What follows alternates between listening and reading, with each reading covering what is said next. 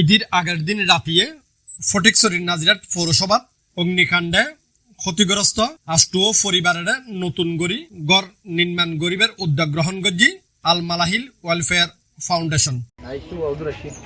April 4 তারিখ বিয়েলে বাংলাদেশ হেফাজতে ইসলামের আমির আল্লামা শাহ মহিবুল্লাহ বাবুনগরী আল মালাহিল ওয়েলফেয়ার ফাউন্ডেশনের চেয়ারম্যান মাওলানা হেলাল উদ্দিন মোহাম্মদ জমির উদ্দিন ক্ষতিগ্রস্ত এলাকা পরিদর্শন করছি।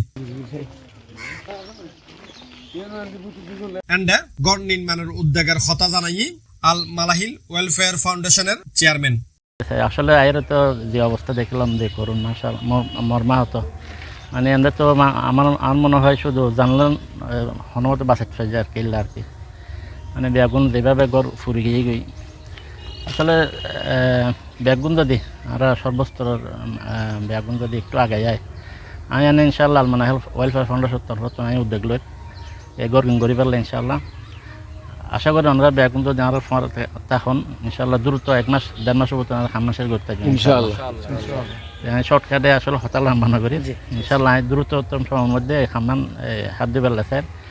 এনে আমরা ধনাঢ্য ব্যবসায়ী হল যারা ফাইরল খাইরল আছে দানবীর হল আছে এছাড়া বেগুন খাচ্ছে আহ্বান জানের আর আল মালাহিল ওয়েলফেয়ার ফাউন্ডেশন তো নারায়ণ উদ্যোগ গরিবের লাই 7 বা 8 গরিন আশা করি আমরা বেগুন আর যদি আগে আইন ইনশাল্লাহ আরো দ্রুততম সময়ের মধ্যে খামান ইনশাল্লাহ শেষ করতে পারলাম।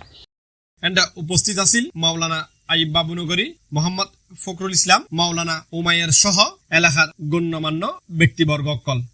আমার বাগিনা শেখ হেলাল আল মালাহিল চেয়ারম্যান উনি আপনাদের সামনে ঘোষণা দিয়েছেন ইনশাআল্লাহ 1.5 মাসের ভিতর এই 27 ঘরের খাস আপনাদের দোয়া এবং সহযোগের বদৌলতে উনি শেষ করবেন বলে আমাদেরকে আশ্বস্ত করেছেন। সেজন্য আমরা অত্যন্ত কৃতজ্ঞ, আমরা পুরো এলাকাবাসী কৃতজ্ঞ।